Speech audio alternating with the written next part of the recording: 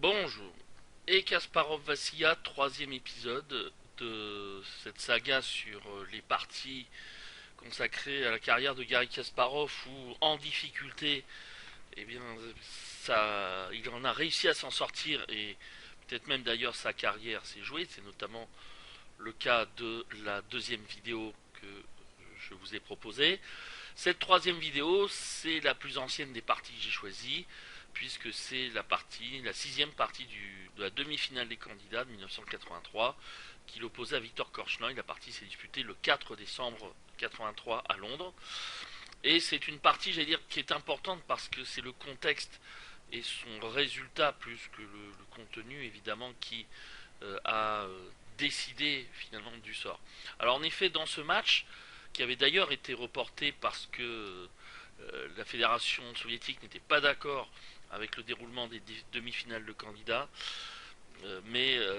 Donc ce match avait eu lieu au mois de décembre à Londres et d'ailleurs au passage, eh bien, la fédération soviétique avait accepté en j'allais dire dédommagement du préjudice subi notamment par Korchnoi de lever le boycott dont le grand maître suisse et ex-soviétique faisait l'objet depuis sa défection en 1976.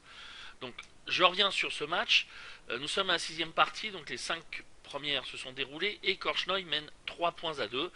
Il a gagné la première partie, les autres ont été nuls, mais c'est plutôt lui qui avait aussi l'avantage, dans la mesure où Kasparov n'était arrivé à rien, et même la cinquième partie s'était terminée par une nulle en 20 coups à peu près, donc ce qui semblait marquer un petit peu l'impuissance de Kasparov. Et Kasparov raconte dans les livres où il évoque ce match, que le matin de cette partie, il reçoit un appel de Moscou. Et celui qui l'appelle, eh bien, c'est Mikhail Botvinnik, l'ancien champion du monde, qui était aussi le professeur de Kasparov quand celui-ci était à l'école de Botvinnik. Et Botvinnik l'appelle, enfin en tout cas c'est Kasparov qui raconte.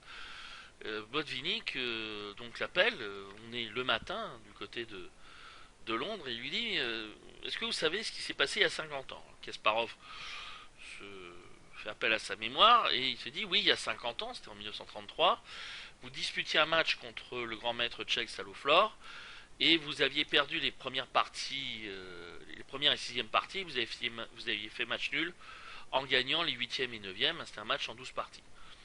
Botvinnik répond, très juste, j'ai dit bah toi t'es dans une meilleure situation que moi puisque tu n'as pas perdu la sixième.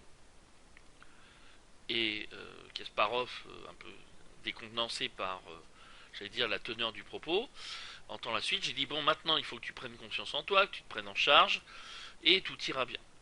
Et là, Kasparov explique que cette conversation un petit peu curieuse dans la forme l'avait remotivé en disant finalement toi tu n'as qu'un point de retard, le match n'est pas perdu, tu peux encore le gagner, c'était un match au meilleur des 12 parties, et c'est vrai que par contre il n'avait pas été très brillant dans les premières rencontres. Et cette partie va avoir une conséquence, c'est qu'elle va complètement faire basculer le match, alors que Korchnoi avait été dominateur, en tout cas sa stratégie avait fonctionné depuis le début, et bien là les choses tournent en défaveur du grand maître suisse et en faveur de Kasparov.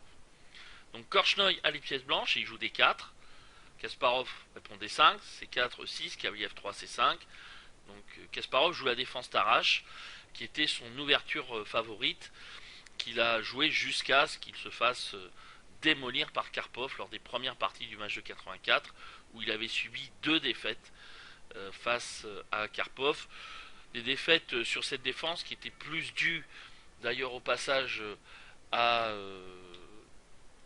à des erreurs dans le milieu de partie ou en finale que véritablement dans l'ouverture. Mais Karpov était évidemment plus à l'aise dans ce genre de position que Kasparov, même si Kasparov avait eu quand même un certain succès avec la défense Tarrasch. C'est prend des 5, G3 qui a C6, ou G2 qui avait 6, petit roc, fou 7. Donc là c'est la variante Rubinstein, les blancs installent le fou en G2 pour faire pression contre le pion en D5. Et là le coup principal, c'est cavalier C3, petit roc, fou G5, c'est la ligne principale. C prend, cavalier prend, H6, fou 3, tour 8, tour C1, fou F8. Voilà les coups tels qu'on les trouve. Et on a une confrontation classique entre les blancs contre le pion isolé, qui ont bloqué le pion isolé, et qui ont essayé d'en profiter, notamment, par exemple, en créant d'autres faiblesses, par exemple le pion C6, en échangeant C6, cette fois c'est attaquer les pions pendants et dominer les cases noires, comme la case C5. Mais Korchnoi choisit une autre suite, qui est ambitieuse, c'est fou E3. C'est un coup qui est plus rare.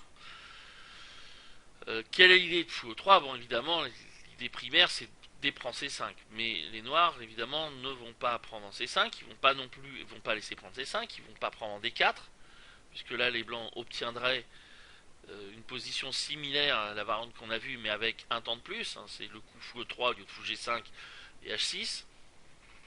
Donc les noirs jouent C4. Mais l'idée, évidemment, aussi de fou E3, c'est le fait qu'en jouant C4, les noirs relâchent la pression contre le pion D4 et celui-ci peut se retrouver renforcé. Donc les noirs se créent une potentielle majorité de pions à l'aile dame, mais les blancs ont un pion D4 qui est fort, et puis il peut y avoir aussi éventuellement la rupture E2-4 qui peut arriver. On a souvent ça dans ces positions. Korchnoi joue cavalier E5, évidemment on ne prend pas parce qu'on va avoir des problèmes. Petit roc, B3, donc là on va s'en prendre au pion, c'est prendre, dame prend, dame B6.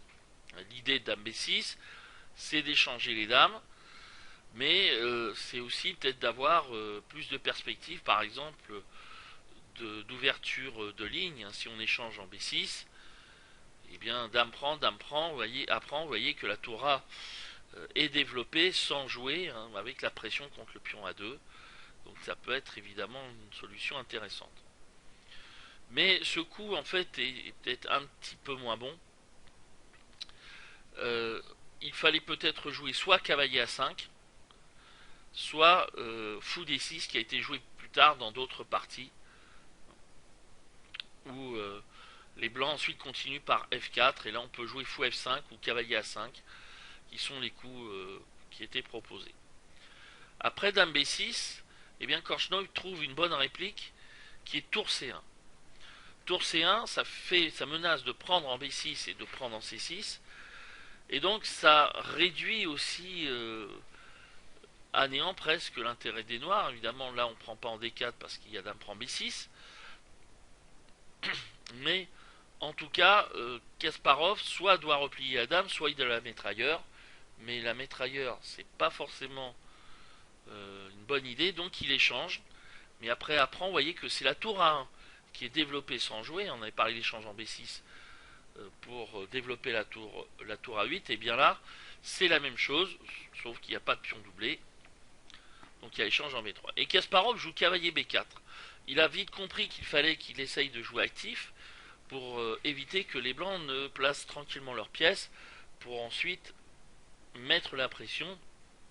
En l'occurrence cavalier B4, ça permet déjà d'éviter toute pression contre C6, mais aussi avec le coup fou F5, hein, on peut aller viser C2.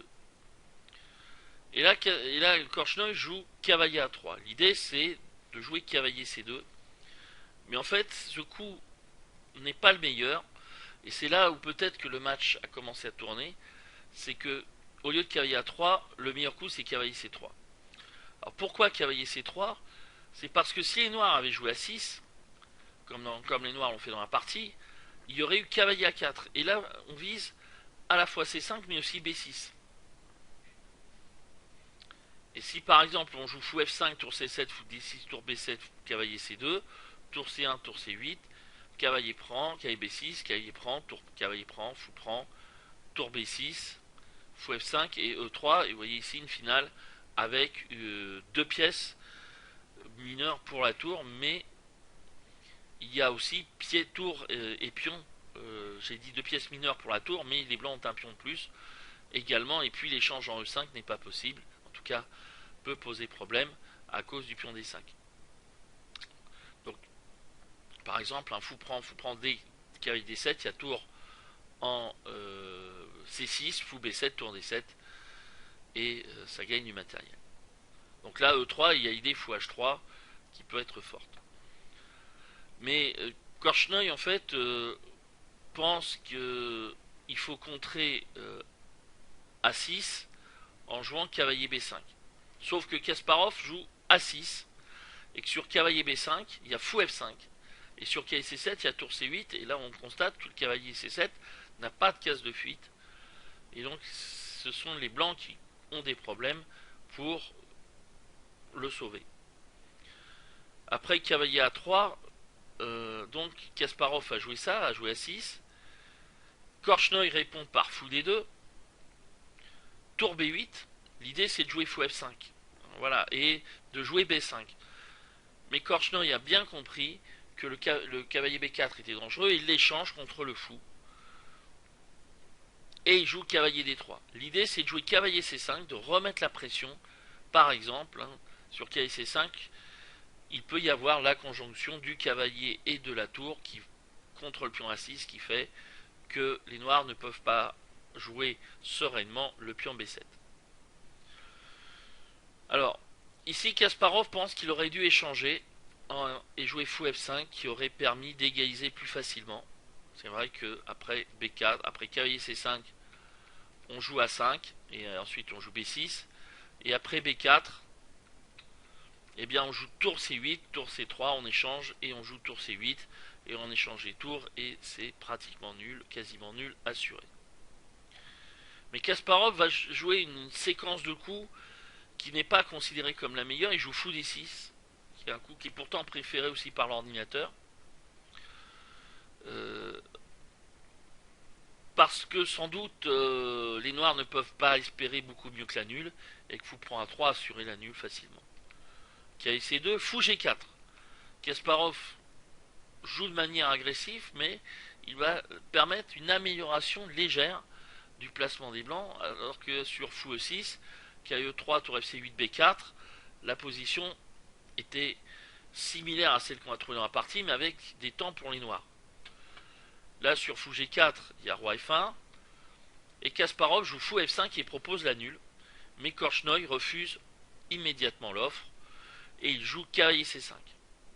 Donc là, le cavalier est en bonne position. Il attaque B7, il attaque A6. Les blancs semblent mieux. Alors, là, les noirs ne peuvent pas échanger en C5, ni jouer fou prend C2, tour prend C2, parce qu'évidemment, là, il y a quand même des pressions qui sont fortes contre D5, le pion C5 qui est potentiellement dangereux, et également le pion A6 qui est sous la menace, donc le pion B7 est toujours fixé. Kasparov joue tour FC8, cavalier E3, fou E6, B4, et vous voyez ici que par rapport à tout à l'heure, les blancs ont quand même davantage progressé que les noirs qui ont joué des coups de fou un petit peu dans le vide. Roi F8, tour C2, roi E7, roi E1. Donc là, le roi blanc va au centre. Et Kasparov, qui est en difficulté, joue H5. Donc il pousse le pion H pour jouer H4 et essayer de créer du contre-jeu à l'aile roi en affaiblissant les blancs sur ce côté.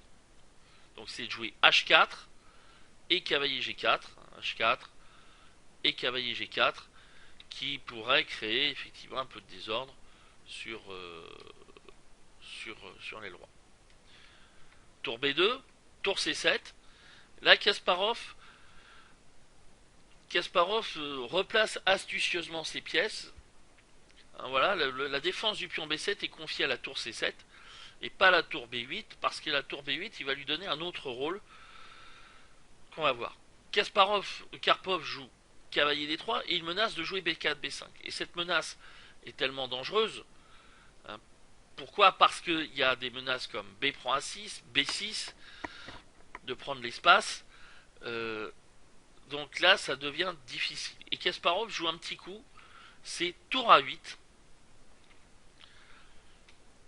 Un coup qui est une défense préventive contre B5. Alors là, que pouvaient jouer les blancs? Ils pouvaient jouer sans doute tour B2 A2 pour préparer B5.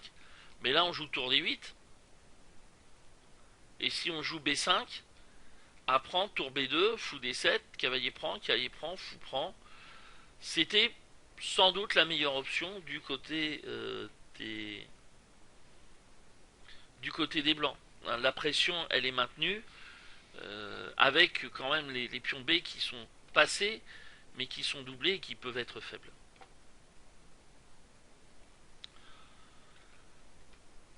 Korchnoi joue B5. En fait, il joue le coup qu'il avait prévu, sauf que voilà l'idée trouvée par Kasparov, c'est A5. En fait, le pion avance, protégé par la tour. Et là, si les noirs jouent B6, ils vont consolider la position, et c'est peut-être même le pion B qui peut être une cible. En fait, ici, il n'y a pas d'ouverture de ligne provoquée par B5, et Korchnoi l'a sous-estimé. Il a sans doute sous-estimé la suite.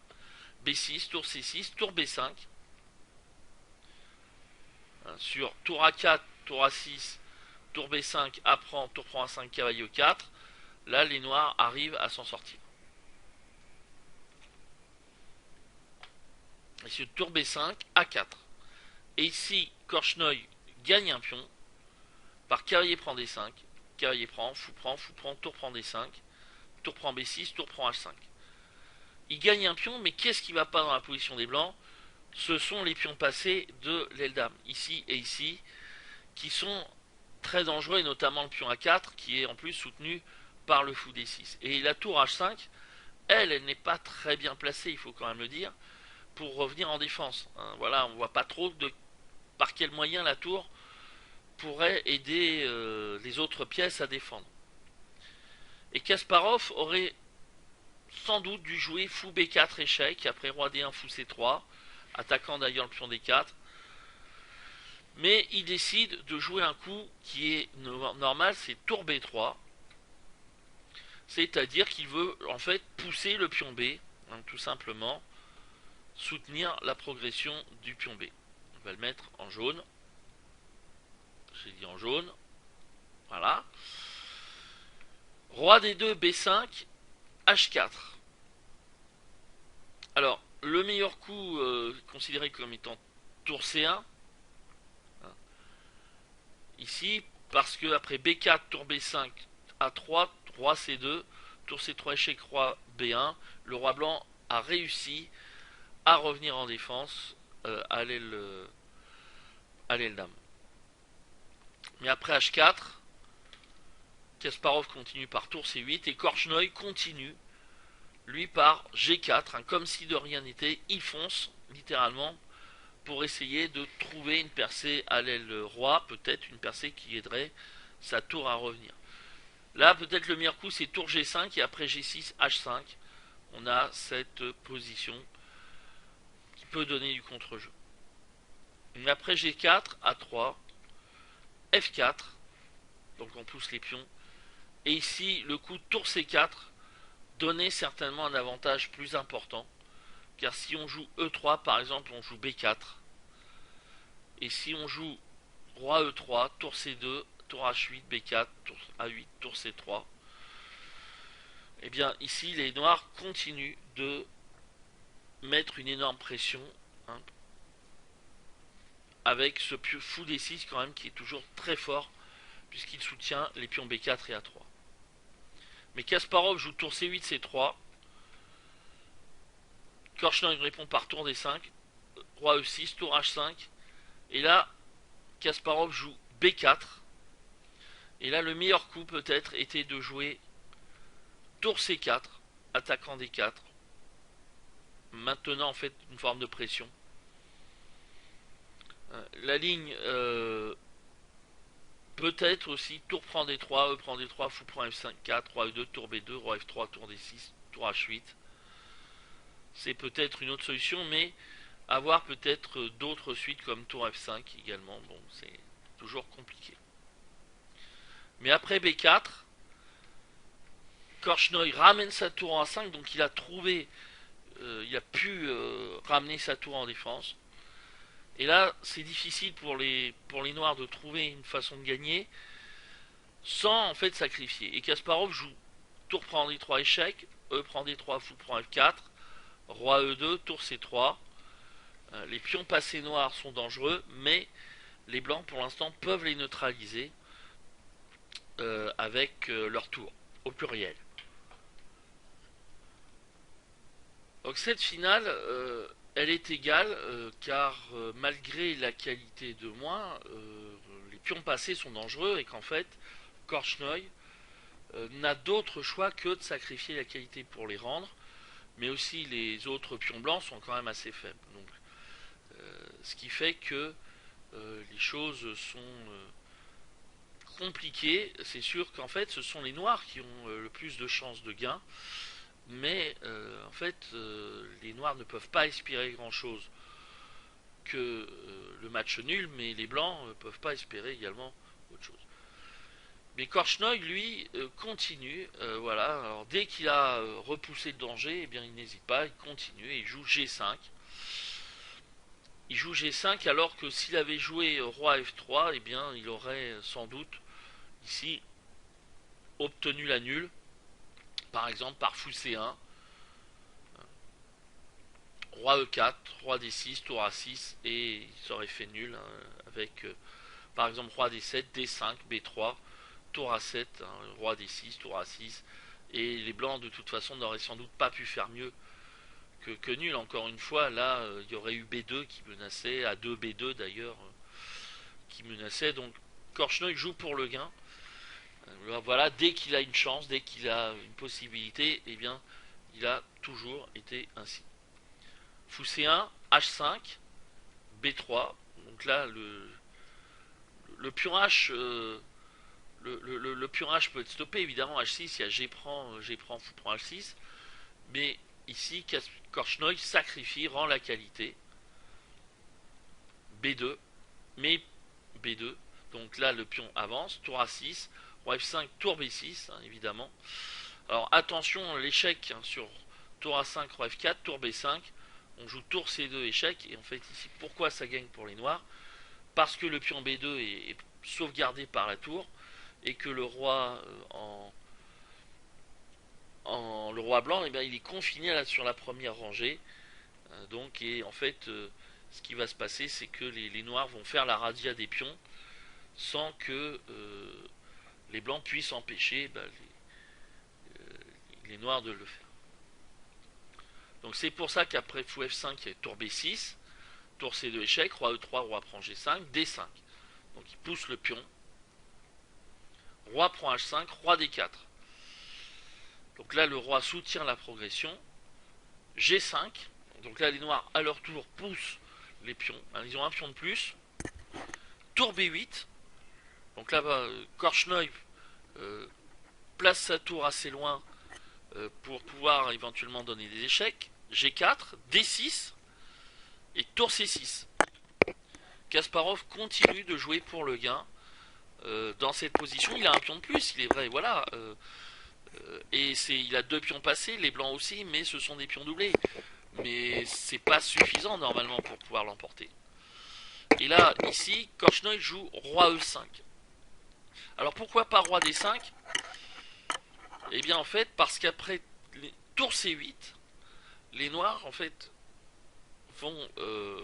prennent le dessus. Alors tour C8, sur tour prend C8, il y a B1 dame, D7, dame B5 échec, roi D6, dame B6, roi E7, dame E6, roi D8, G3. Et les noirs en fait arrivent à gagner dans un certain nombre de cas que j'ai pas mentionné. Voilà, j'ai peut-être d'ailleurs fait une erreur. Mais ça devient, ou plutôt, les noirs arrivent à gagner. Non, ça devient très compliqué. Ça devient très compliqué pour les blancs dans cette situation. Mais les blancs peuvent peut-être s'en sortir. Voilà, bon, j'ai mis des lignes, mais ça devient quand même dur. Un roi C7, dame E7, tour E8, dame C5, roi B7, dame D5, roi C7, F5, D8, tour prend, F4, tour F8, G2, tour H8, roi G4, tour G8, roi H3, tour H8, roi G3, tour G8, roi F3, roi D6. Le coup roi D6 qui sauve, puisqu'après roi F2, il y a roi E5. Et les blancs doivent arriver à faire nul, je pense. je pense qu'après roi F2, roi E5, si on joue F3, D4, G1, ou peut-être tout simplement aussi le plus simple c'est roi E4. C'est roi E4 qui fait nul. Un D4, non, ça perd. Ça doit perdre en tout cas. Et j'ai pas calculé. Hein. Roi F3, mais là G1 évidemment, ça donne une victoire des blancs, alors que sur D4, bah, G1, tour prend, roi prend, D5, F2 évidemment. Voilà. Donc c'est en fait les noirs arrivent à s'en sortir dans des variantes qui sont très compliquées. Je ne m'y hasarde pas, mais en tout cas, roi D5, c'est pas la façon la plus simple d'annuler. Roi E5, quelle est l'idée? C'est qu'en fait, roi E5 peut surveiller l'avancée du pion F, donc aussi surveiller les pions de l'aile roi. Tour C5 échec, et là sur roi D4, tour C8, je pense qu'on peut répéter les coups et c'est nul. Mais Korchnoi a toujours été comme ça dans sa carrière.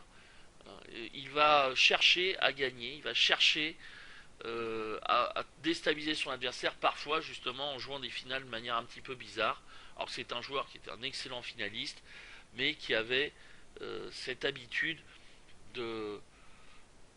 d'aller chercher des voies un peu tarabiscotées pour essayer de l'emporter. Hein. Ça a été son style.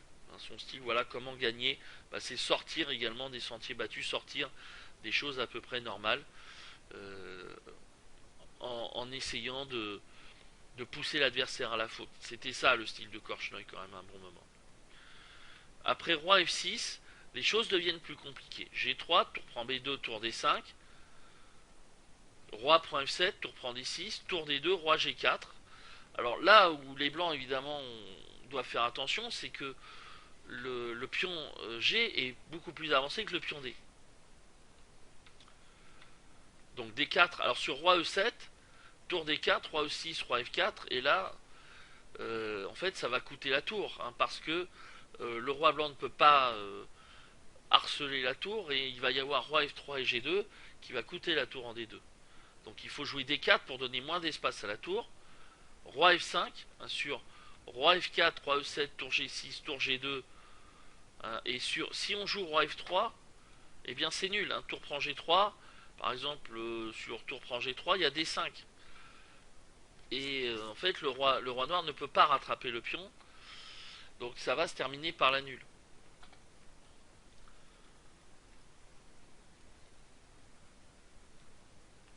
Roi E4, roi F7, tour G4, roi F6. Voilà, et sur roi prend D4, il y a roi F5, suivi de roi F4 et tour prend G3.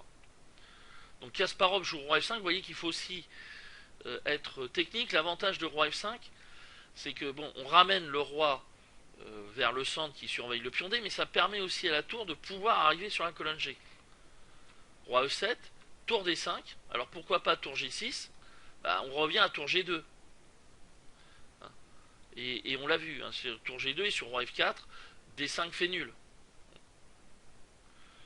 Donc tour D5, tour D3. Alors sur G2, il y a tour G3, c'est l'idée. Sur G2, il y a tour G3 et c'est nul tout de suite. Donc les noirs continuent par roi F4, roi E6, tour G5.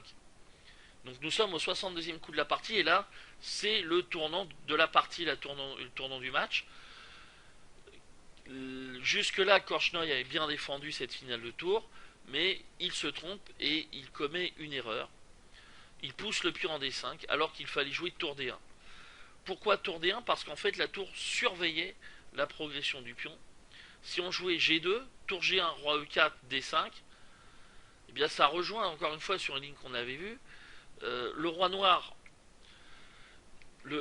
est trop loin pour empêcher les blancs d'avancer avec leur pion, et ce qui forcerait les noirs à sacrifier la tour. Donc tour D1, par exemple, si on joue roi E4, D5, tour G6, roi E7, sur roi F7, il y a tour D6, et si on joue tour G1, il y a roi F3. Et là, les blancs se retrouvent devant une situation problématique, c'est que le roi noir a protégé le pion G, et ils vont perdre le pion D5, et la finale est évidemment perdue.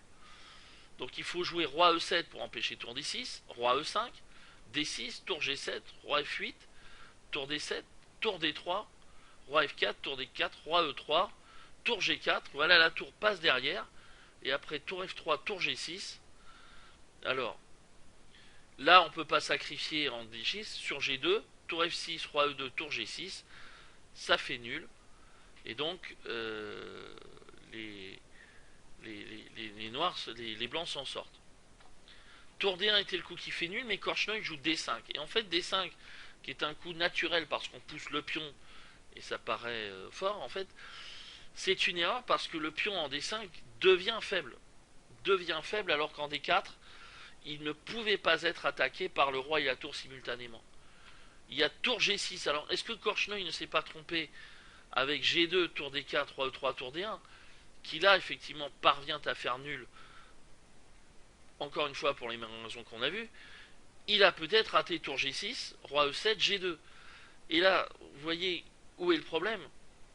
C'est que après tour D1, comment on continue? Si on continue par roi F3, il y a D6. Mais là, on joue roi E5. Et là où la chose, évidemment, est décisive, c'est que si on joue D6, eh bien, on va prendre en D6 et on va faire promotion dame. Et là, si c'était au blanc de jouer, les blancs, enfin, si les blancs avaient eu un coup de plus à jouer deux fois, c'est-à-dire que là, en fait, ils ont perdu un temps en poussant D5, ils auraient joué tour G1 et D6, qui aurait permis de faire nul. Mais là, ils ne peuvent jouer que D6. Et après tour E6, roi D7, tour prend D6, tour prend D6, G1 dame, c'est fini, un final dame contre tour est gagnante, on n'est pas dans les situations où les noirs ne peuvent pas gagner. Voilà, donc là la partie continue, tour D6, dame A7, roi D8, roi E5. C'est intéressant évidemment de voir les finales dame contre tour quand vous vous retrouvez, c'est pas des choses qu'on voit fréquemment. Tour G6, dame A5, roi D7. Là ici l'idée évidemment des noirs, c'est d'arriver à faire un échec avec la dame, tout en attaquant la tour adverse. Roi A4, roi E7, donc c'est l'échec sur les mêmes couleurs de cases. Roi F8, dame D8, roi E7, roi F5, tour H6, dame D7, roi F8, roi G5, et Korchnoi abandonne parce qu'il va finir par perdre la tour avec d'ailleurs quel que soit le coup. Donc la tour est perdue ou les blancs ne peuvent pas éviter le mat. Donc une victoire qui a permis à Kasparov d'égaliser à 3 partout, et Korchnoi en fait a pris un coup puisque dès le lendemain, eh bien, il a été écrasé par Kasparov avec les blancs. Et d'ailleurs Kasparov a remporté les 4 parties avec les blancs restantes qu'il avait. Voilà, il s'était imposé dans les parties, enfin les 3 parties pardon, 7, 9 et 11. Korchnoi, lui, n'a pu que faire nul avec les pièces blanches. Et le choc, évidemment, a été rude. Et Kasparov s'est imposé finalement facilement dans ce match. Donc voilà pourquoi cette partie, c'est évidemment une partie, un tournant. Kasparov a vacillé parce que dans l'ouverture, il n'avait pas forcément joué au mieux. Mais ensuite, il a bien joué. J'allais dire qu'il s'est, au cours de la partie, il a élevé son niveau de jeu face à Korchnoi, qui finalement a perdu dans le secteur où on pensait qu'il serait le plus fort, c'est-à-dire la finale. Voilà, donc pour cette vidéo, j'espère que vous l'avez appréciée, j'espère que les problèmes de micro également sont résolus, et on se retrouve pour une prochaine fois.